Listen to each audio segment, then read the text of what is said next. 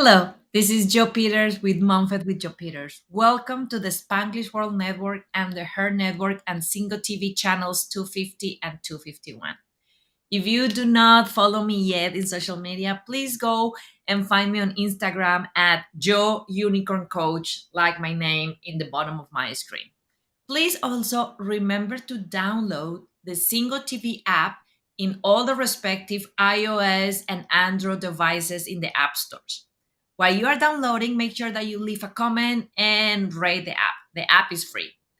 And Single TV is also available in Google Chromecast, Amazon Fire, Fire TV, Roku, and Roku Stick in all the smart TVs. Welcome to another episode. I am very excited to be having this conversation with Alanna. We were talking about it with a couple of my clients this week, and we are going to be talking about how to simplify parenting to reduce burnout. And I know that there is two mommies here watching us. If you are pregnant and it's your first child or your second child, you want to be taking a lot of notes because you're going to be more in the preventive action. You're going to be actually learning from our discussion into what you can do to not get your water above your head. So that is one of some of you take your notes. And now for the ones that are already dealing with a newborn, with several kids, and then you are rolling your eyes saying that is not possible. Like I cannot simplify and don't have a burnout, and you are getting close to. I want you to take a big breath in and allow Alanna as the expert to help you and show you and give you nuggets to figure out how to do that. Because the reality is we were talking about this and probably are going to talk about Alanna more is we are being programmed to think that it needs to be hard, that no pain, no gain, that in order for me to be a good mom, I need to do it all and I need to do everything for everybody. So if you're in that second group that is rolling their eyes saying this is not possible, what do you mean that parenting can be simplified? I want you to actually breathe and enjoy the show and interact with us, and let's gonna find a way where you can raise your kids to be the amazing people that they are supposed to be without sacrificing your soul, without sacrificing yourself. So Alanna is a mom of four. So for all of you that are rolling your eyes, if Alanna with four can do it, I probably bet you that you all can do it too, even if you have one or two more than her. If you handle four, you can handle five and six and seven. So she's an expert on that way. She's also a former teacher with a master in education. She turned into a serial entrepreneur, parenting coach, writer, educational consultant, and content creator with over 10 years of experience helping moms thrive amongst the beautiful chaos of raising children. Alanna actually understands the stress and burnout that can be accompanied to the quest of perfection in parenting and strives to help moms to feel empowered to become more confident parents raising independent children who flourish into happy and successful adults. So what she's saying, moms, is you can have it all. You just cannot do it all. And Yeah. we are super excited to have her here. She had her hashtag there. So if you are going to Instagram to follow me, make sure that you also find her at the Alanna Gallo handle. And Alanna, welcome. Let's gonna start with two things. A little bit about your story about when do you fall in love with this concept of parenting can be simple and I don't have to be burned out and I don't have to wait until I'm burned out to change things. And we are going to connect that with I ask all my guests a phrase. And I love the phrase that you provide. The phrase that Alanna provided was kids need time and space away from adults to get into the flow of play. So with that, welcome Alanna. Thank you for being here. And I was gonna start with your story, with your why, how this become a mission and a passion in your life. Awesome. Well, thank you so much for having me. I'm super excited to be here. So I was a teacher for over a decade. And while I was educating these children who happened to be in high school for such a long period of time, I just noticed such a decline in their soft skills, we call them, right? So their ability to like manage their time, to initiate tasks, to have this independence about them. They really struggled with their social and emotional health and all these things. And so once I had my own kids, I started just digging into like, why is this happening to kids? Why are kids struggling so much? Why am I seeing this in the classroom? Because I don't want that to happen to my own kids.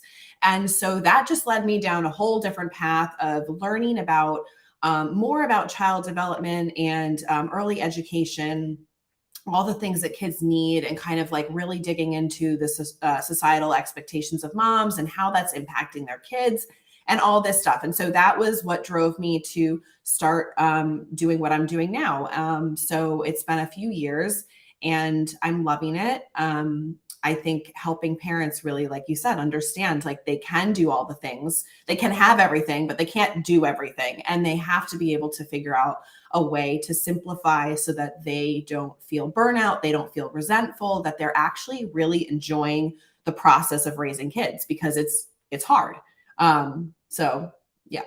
I love that, and I love how you are applying all those years of experience and also what you um, live experimentally, not only with your own kids, but as a teacher. And talking about that, so I tell you, like, usually my baby's not around, but he's been having a fever for the last 24 hours, so he's not feeling good. So, mamas, this is mom This life, is a real one-on-one. So, yeah. um, Alana, I love that. Let's gonna just talk a little bit about um, what it means to simplify parenting and how that is going to help us to reduce burnout.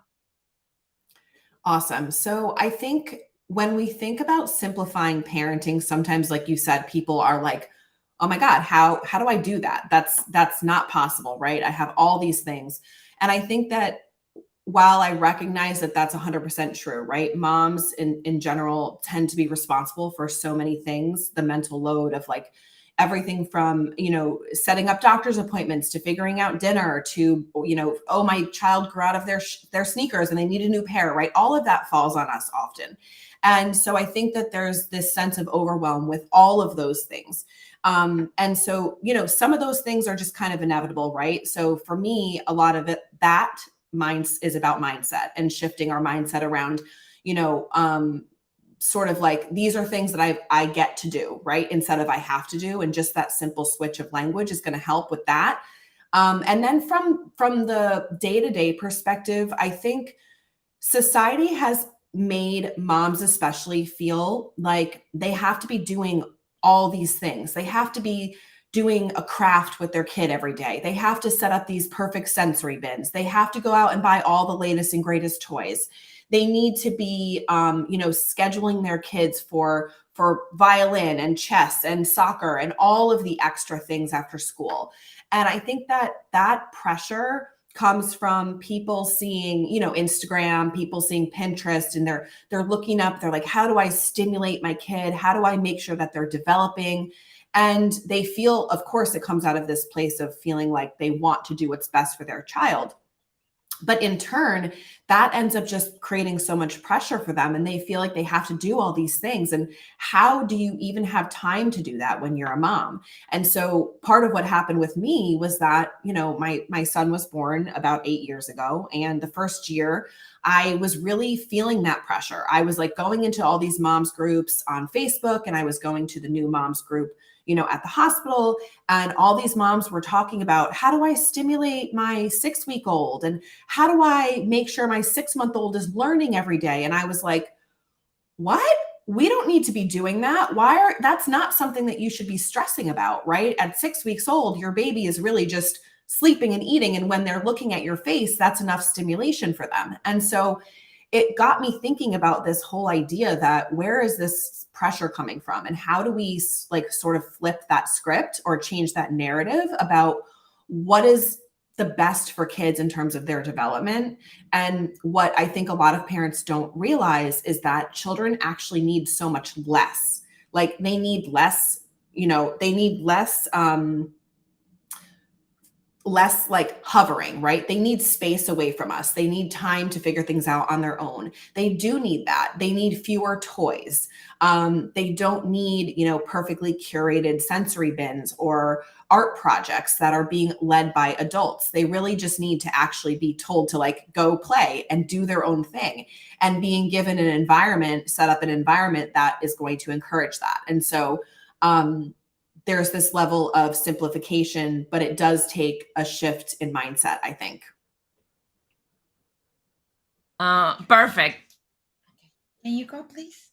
Thank you. My 2-year-old is going through a super clingy, like the past 2 weeks, all she's like Velcro. And I said to my babysitter, I'm like, you got to keep her out of here.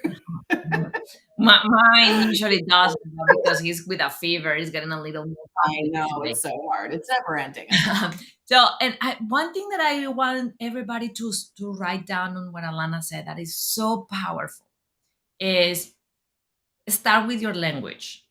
So, a couple of things that I want to go deeper with you. The first one is language. I love the reframe of, instead of I have to, is I choose to. Because some people are saying like, oh, that is not going to make a difference. It does, because the word I have to, like when you have to do the laundry, is probably because you don't want to, but you don't have another Yeah. option. When you have to do something, it comes from an energy of imposition, of you are doing something that you really don't want to, and that over time start creating resentment. So when you Yes. instead say, I choose to, I have the option, and I choose to do this, then you're coming from a place of empowerment, of power. Now, with that, I want to balance with the other side, and I want to hear your opinion into what we can do to recruit our partners, I our love that. family, our friends, so that one of my favorite books about females and motherhood is the book from it's a book called Drop the Ball. Mm, And she's talking a lot about how that concept, so she's talking about two things that I want to hear your opinion. The first one is the reality that society's been making us believe that as a mom, doesn't matter if we also work full time, raising the kids relate mainly on us and is mainly into our job. But then the second one that is very interesting, I want to hear your opinion on, is that one of the issues why especially partners don't help as much is because we don't let go. So it's like, oh, if you're going to help me, but help me but exactly in the way that I will do it. And they are another person. So after a couple of tries of helping, when the only thing that they receive is you didn't did it right, you forgot this, then they're like, then do it yourself. Um, so yeah. let's gonna talk about those 2 points there, into how we can connect them for changing into I have to do it all. I have to do all of this by myself. I love that. So I think there's so much I can say about this. So one of the things I would like to note is that I think we forget how much our children want to participate in our day-to-day life, and we think we need to set them up to be doing something different, right? They need to be entertained. They need to be busy, right? We have all this language around how do I keep my kids busy? How do I entertain my kids? And I think that is the wrong way to think about it. We need to be thinking about how do I bring my kids into the things that I'm already doing. So children naturally, from a developmental perspective, they love to help. They want to help you fold the laundry. They want to help you with the dishes. They want to help cook. They want to be vacuuming. We see it all the time. And oftentimes we get frustrated because it's like, well, okay, but you're just going to make this harder for me. We all know that, right? Like they're going to come in, they're going to spill something. They don't really know how to run the vacuum the right way, whatever it is. And so it's almost easier for us to do it, or it always is easier for us to do it ourselves. But the problem with that is that, number one, it sets us up to feel like we always have to have something else for our kids to be doing while we're doing the things that we need to do. And also sometimes we'll save those things. Like, for example, we won't, do the laundry or the dishes or whatever else has to happen. And we'll only do that, for example, during nap time. And now our one time where the child is napping for an hour or 2 hours a day is when we are now doing all this work. So we have no time to just do the things that we want to do, or rest, or read our own book, or scroll social media, or whatever it is that we want to do to decompress for a few hours. And so I think bringing the children in and kind of shifting your mindset around what kids can and can't do, they're very capable. My 4-year-old can vacuum the house. She uses a regular vacuum. We get a really lightweight, like stick vacuum. And when we're cleaning, she's helping us. And my 2-year-old is, putting the laundry in. She's taking it out and throwing it into the washing machine. And she's perfectly happy and content. And she's learning so much about practical life, and life skills in general by going about our day with us. And so I think that shift of like, well, I have to do these things and my kid has to have these special things to do, is just sort of the wrong way to look at it, because it just sets us up to constantly be juggling so much.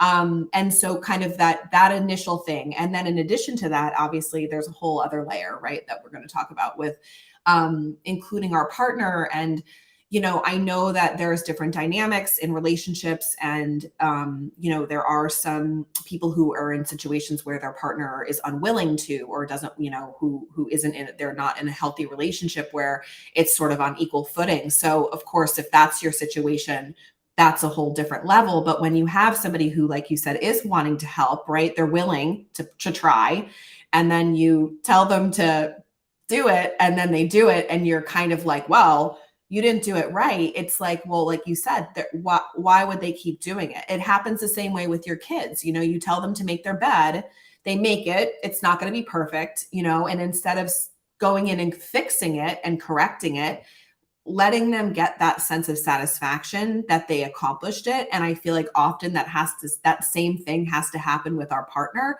I'm not saying our partner is like a child, but I'm sort of saying that they kind of operate in that same sense of like they have to be coached through it a little bit. And we do have to let go, right? Let go of that perfection and be willing to ask for help. And if you can afford to, send your laundry to the laundromat for it to be done, like do that. It's okay. If you can afford to have your groceries delivered, have your groceries delivered. There's no reason why you should spend 2 hours, or 3 hours a week or however long going physically to the grocery store if you can have them delivered. And so finding those little ways to make your life easier and treating your time as really valuable. I think, I always think like, okay, how many hours would this thing take me to do myself? And is it really worth that amount of time? For me, for groceries, for example, it's like, well, by the time I get there, I do whatever, I unpack the bags, it's like 2 hours of my life. What else could I be doing with those 2 hours? Is it worth $10 to have my groceries delivered? For me, absolutely, right? And so there's all these different ways that we can just sort of allow the help to come in. I think we don't want to, like you said, we want to feel like we can do it all. And I think my thing is like we can do all the things we want to do if we offload all the stuff that we don't really want to do to other people in some way, shape, or form. I love that.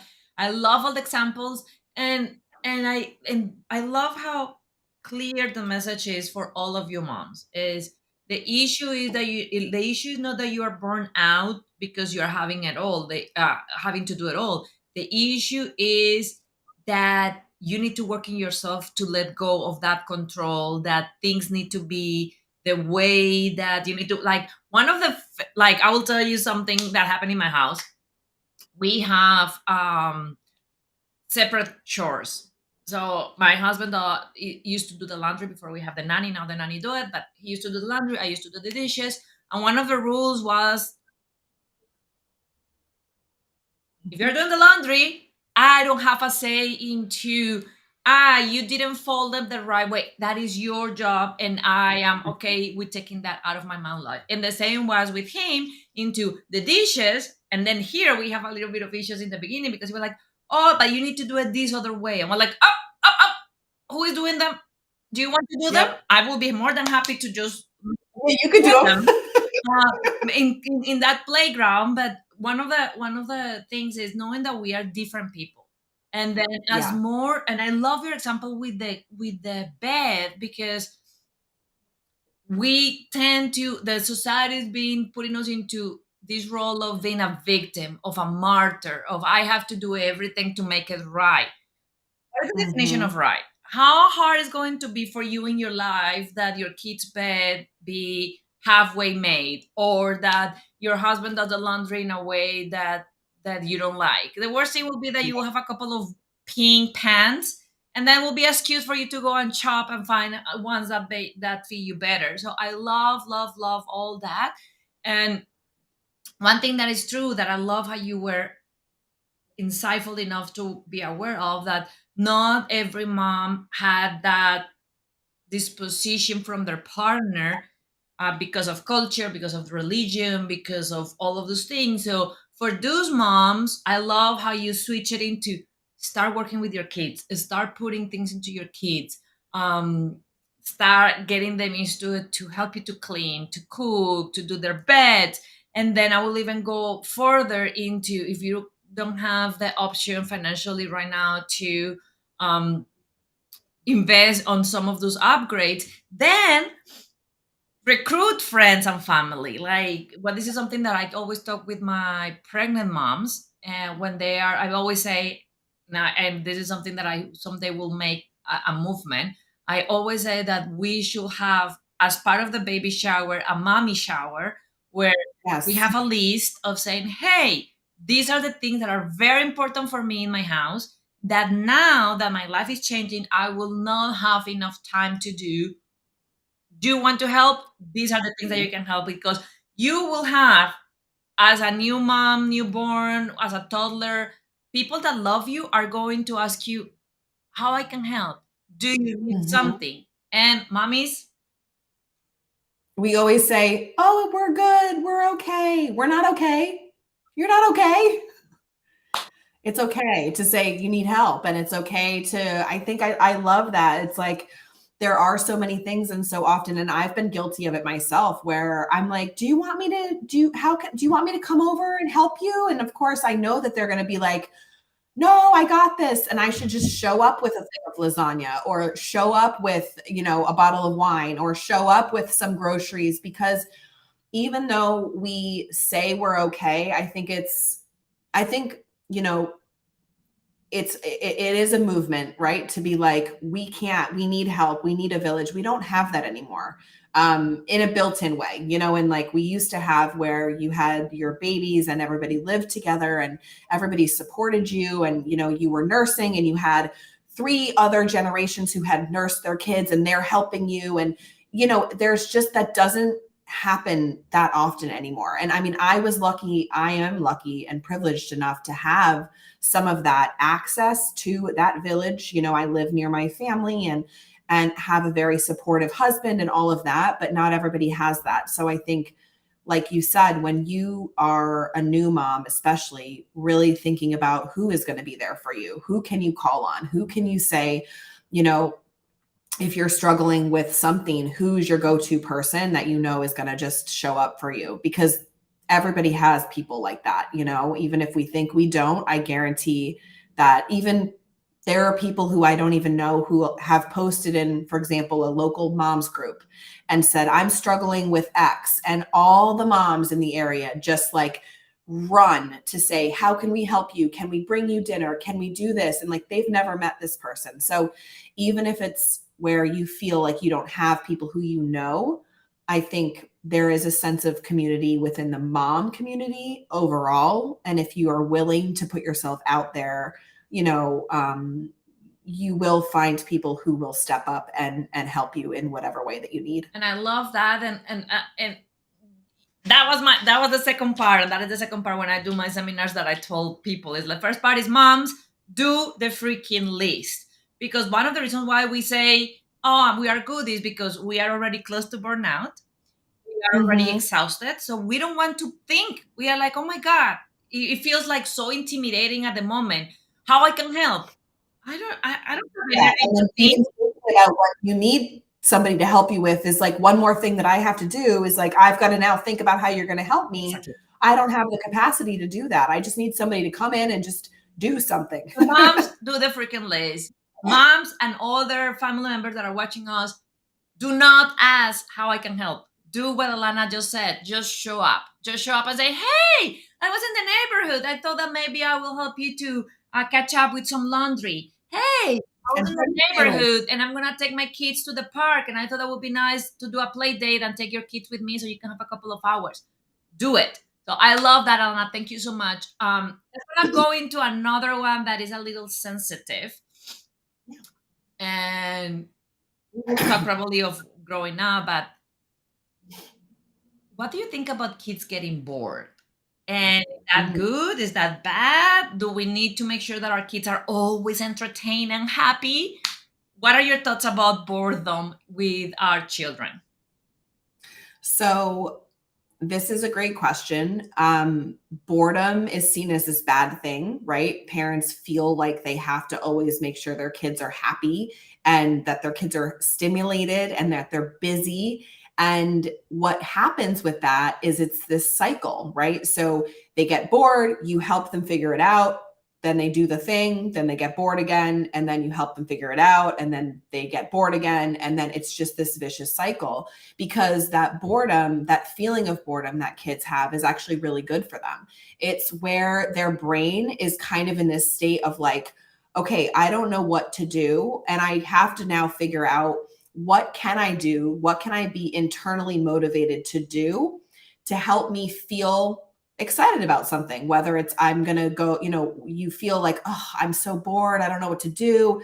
And then your brain starts activating and you start to see the creativity and the imagination come out. And you start to kind of see kids where they'll, even if it's 15, 20, 30 minutes of sitting moping around saying, oh, I'm bored. Or, maybe it's like they want to watch a show and you're like, no, we're not, we're done with TV for the day.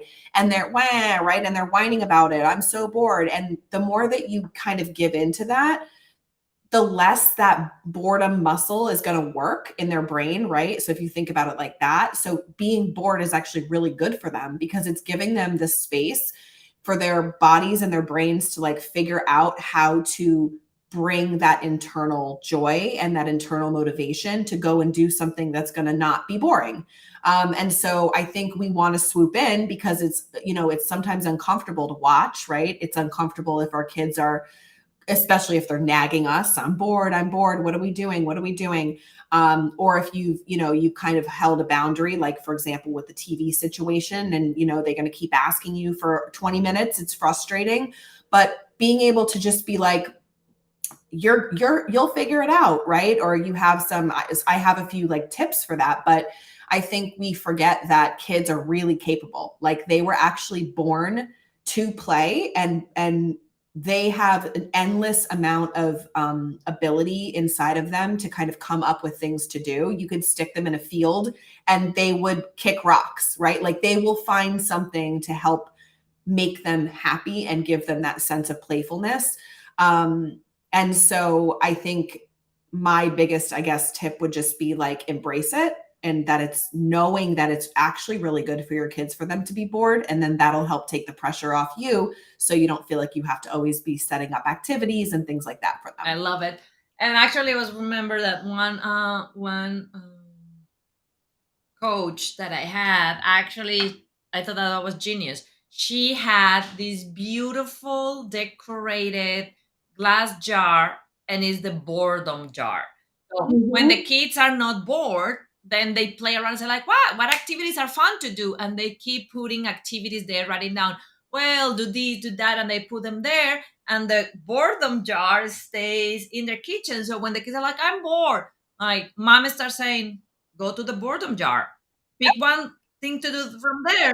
Thanks. So now, Yeah. after several muscle memory trials and repeating, now the kids know that they will not even go up to her to say, I'm bored, because they know the answer. They know, like, well, so one of the times the answer was like, well, you and me can work on something for your Mhm. boredom after we make sure that you try all of that and still are not satisfied. So Yeah.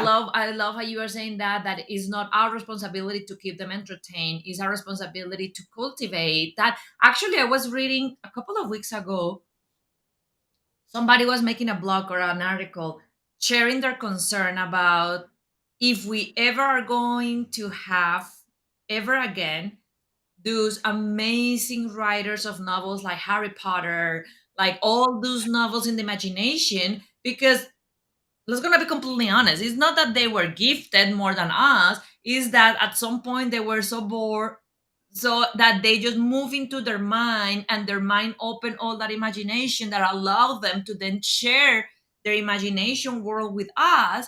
That in society as we have it now, our kids almost never had time to go to their imagination, to go to their own world, because we are so worried about satisfying that boredom. Thank you so, so much Yeah. for that. Now, with that, let's gonna go back circle into your phrase that I love. Your phrase was kids need a space away from adults to get into the flow of play. So how that looks like, how that move around into how I can still play with my kids, but give them the space. What is that balance? And Yeah. again, mommy guilt. How Mm. battle that mommy guilt that, oh, if they are playing by themselves, then I'm not being a good mom because I'm not doing all of these things for them. Yeah. So the first thing is you're not a bad mom if you're not playing with your kids all the time. I think that there's this misconception that in order to have a secure attachment and a bond with your child and to show them love and all of those things, you have to be doing everything for them. And that's actually not true at all. There's so many things that like I don't when I say play with your kids, right? There's a lot that can mean a lot of different things. So I'll just clarify. Like for me, when I look at it more of how am I spending time with them. And so we read books, we do puzzles, we go on hikes, we cook together, we bake together, we do things together all the time. But I'm not necessarily playing with them on the floor, right? Now, sometimes they'll ask me, hey, can you want to build a castle with me? Or they'll be playing a tea party and they'll bring up the cup and I'll pretend to drink from it. And I engage with them in some little ways like that. But for the most part, what's interesting, or one of the most interesting things that I've ever learned about this idea of play is that it really has to be a child led and child directed and child centered thing. And as soon as an adult comes into that playtime, it's not actually really play anymore. Now it's a dynamic between an adult and a child. And so, and that's okay, right? It's not that having that dynamic every once in a while is not good, right? Of course it's good. You're building a rapport with your kid, you're enjoying them, you're having fun. If you love playing dinosaurs, go for it. But this idea that we have to always be doing that with our kids is just wrong.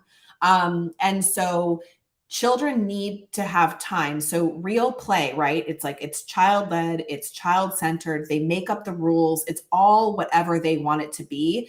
And it has nothing to do with us. Like we don't need to be involved in any way, shape, or form. We don't need to set anything up for them. We don't need to tell them how to do it. We don't need to give them step by step. We need to just provide the right environment, which is something that I also talk about because I think we think sometimes people, well, my kids won't play. And I say, well, okay, how many toys do you have? Hundreds of toys? Well, that's probably why, right? So there's a lot of factors as to why kids aren't playing as much as they used to. And we can talk about that more. But I think having this time and space away from the parent, right, the adult, that is so crucial for kids to actually develop their play skills. And if we think about that play as their work, every time we interject or we interrupt them, we're interrupting their work. It's the same thing like if we were working and they keep coming in and they keep interrupting us, we lose our sense of thought. We lose where we are. We get distracted. It takes time for us to get back into that flow of work. It's the same thing with kids with play. And play is literally how they learn everything. And so when you're constantly interjecting or interrupting or making a comment or trying to participate in some way because you feel that guilt, it's better to think like, well, wait a second, this is their job. They're working right now. And I need to let them have that time and space so that they can really get into that flow where that creativity is there, that imagination is there. They're learning so many skills through that. So I think, again, it's a shift in mindset, right? There's nothing to feel guilty about. You're actually providing the best possible thing for your kid, and that's free play. So, in order for them to develop, they need that. They need like 4 to 6 hours of play a day. Um, even through like, middle childhood starts around 8, and we forget that. And kids are in school, they're not playing. They're in school, they're on their devices, they're playing sports, and none of that stuff is really true play. So definitely let go of that guilt 100%. And then that part is also one that I think that is probably one of the topics that I want to talk with you into how motherhood can look different for all of us. And Yeah, here, this is something that is really like one of our cousins. She's also a teacher, and she had this beautiful passion to rotate her baby's toys every week, and she every month had a theme, so she only have a few toys with a specific theme. And like every time that I see her picture, I'm like, oh my god, she's such a rock star. Like I want to be that kind of mom when I grow up. And I actually a couple of times was like, how you do it? And she'd share with me very openly. And the reality is that I actually struggle to do that. yeah, With my kid. My kid had way too many more toys than what he needs. We struggle with rotating them and all that. And part of this motherhood journey is being to also show myself grace and to know that if I am doing the best that I can with what I have, and I literally check and say, I don't have any more bandwidth to do this, then I need to trust that what I'm doing is enough for my kid. I I can love still that. admire and respect those moms that have that. That's you. Excuse me. Oh, I never sneezed 3 times. Admire and respect those moms that had the bandwidth, and be careful to move that admiration into comparison of, if I Right. don't do it the same way, then I'm not doing a good job. And that is very challenging. What you were saying before, we are all the time bombarded with social media. We are all the time bombarded with this is the right thing to do. And then we also have that thing of, especially when it's the first time, of doubting of, what if I am hurting my kid? What if I'm doing something wrong for my kid?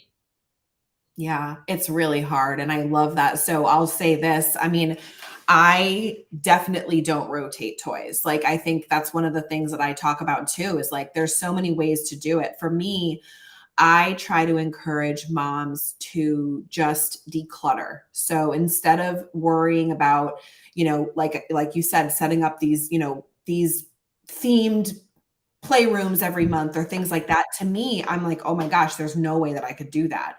And so I think the vast majority of people could probably get rid of about 75% of the toys that they have, and they would actually see their child playing more than when they're feeling overwhelmed with toys. And I think a lot of us forget that if we're feeling overwhelmed, when we walk into a room, our kid is probably feeling overwhelmed too, and that's not going to help.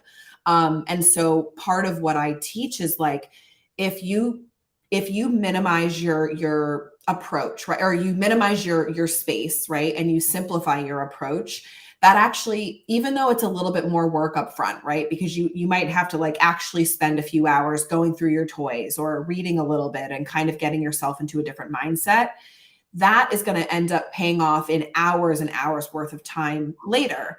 And so it's one of those things where, it's not about having a picture perfect playroom. It's not about having expensive toys. It's not about having anything that, your child can play with Tupperware the same way that they can play with anything else, right? So it's really more about trying to get into that mindset of being okay with really minimizing. And we know, right, like research tells us about how clutter impacts our own mental health, as especially as women.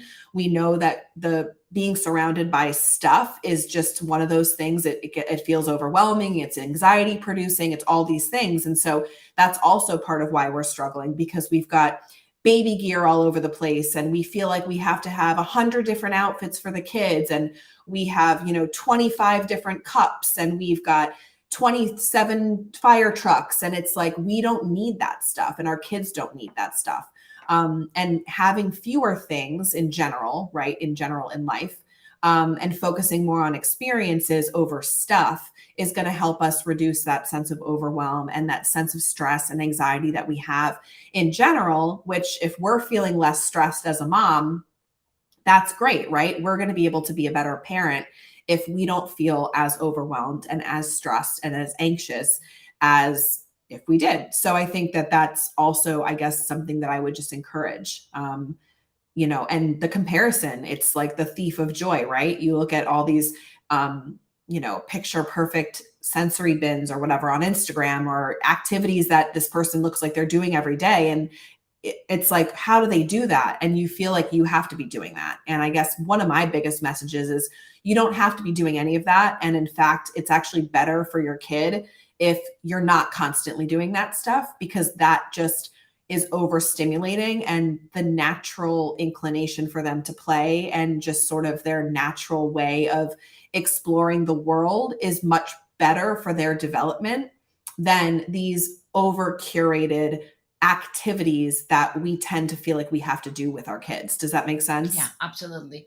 And that will lay into one of the last topics that I want to talk with you is um, I love a point that you made when we were talking into getting into the show, and is that that feeling and empowering and trust for moms and dads if Yeah. they are raising them, that they can do significantly less while actually giving your kids more. So, Yes. what that means and how we do that.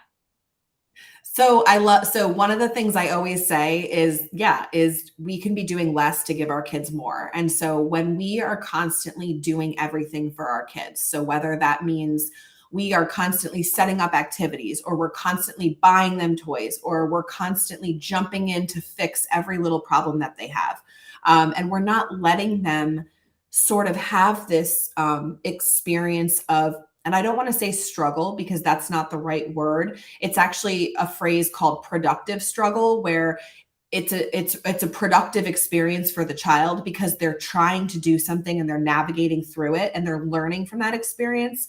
There's a fine line between that and when they're really struggling, right? And they're really reaching out for help and they need us to be there to support them.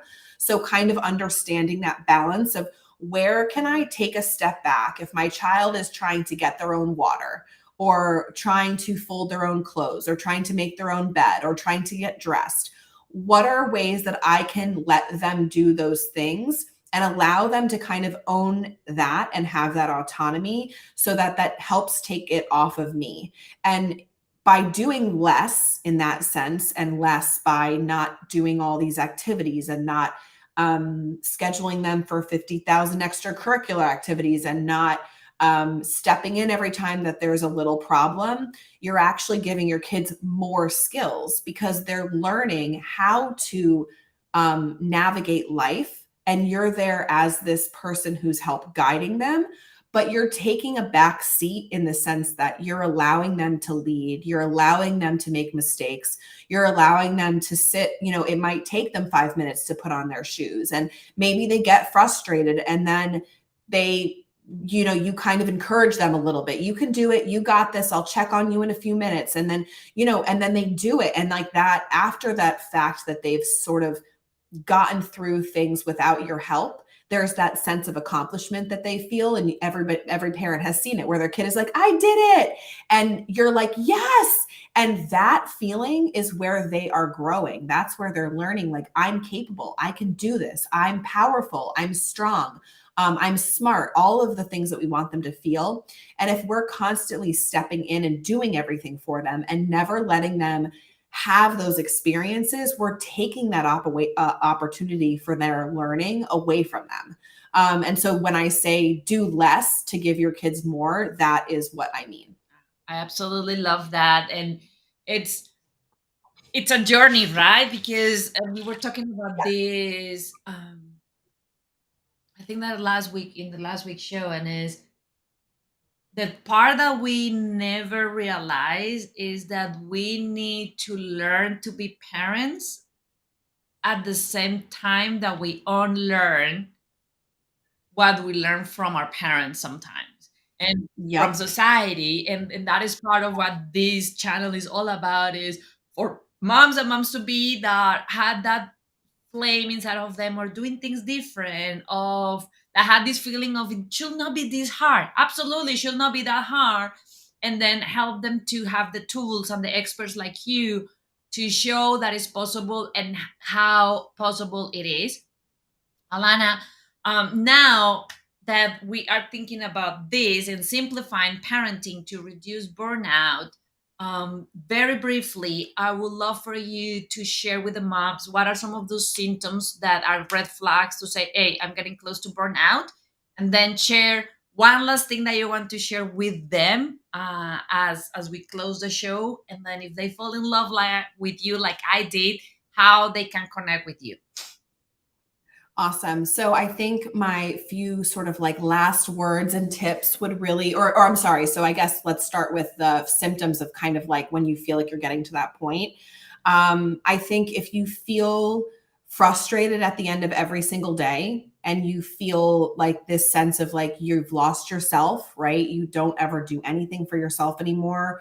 You feel anger, you feel anxiety, you feel frustration, resentment, any of those feelings. I mean, of course, we're all going to feel those things, at some point. But if you feel like you're feeling those things day in and day out, or it's been a while and you're just really feeling frustrated, or you're feeling not excited to tackle the day, or you're not excited to be with your kids and everything seems like it's overwhelming, I think that to me is a red flag where it's kind of like take a step back and really lean into all of these things that we've talked about over the course of the show, because I think that's going to help you shift that mindset to be able to really let go of the guilt and feel better and feel more confident in your abilities as a mom. Um, and that would, I guess, be my parting words, is really just that. It's like you're very capable. You're very, you are the mom that's meant to be, or the parent that's meant to be for your kids, and your situation is very individual.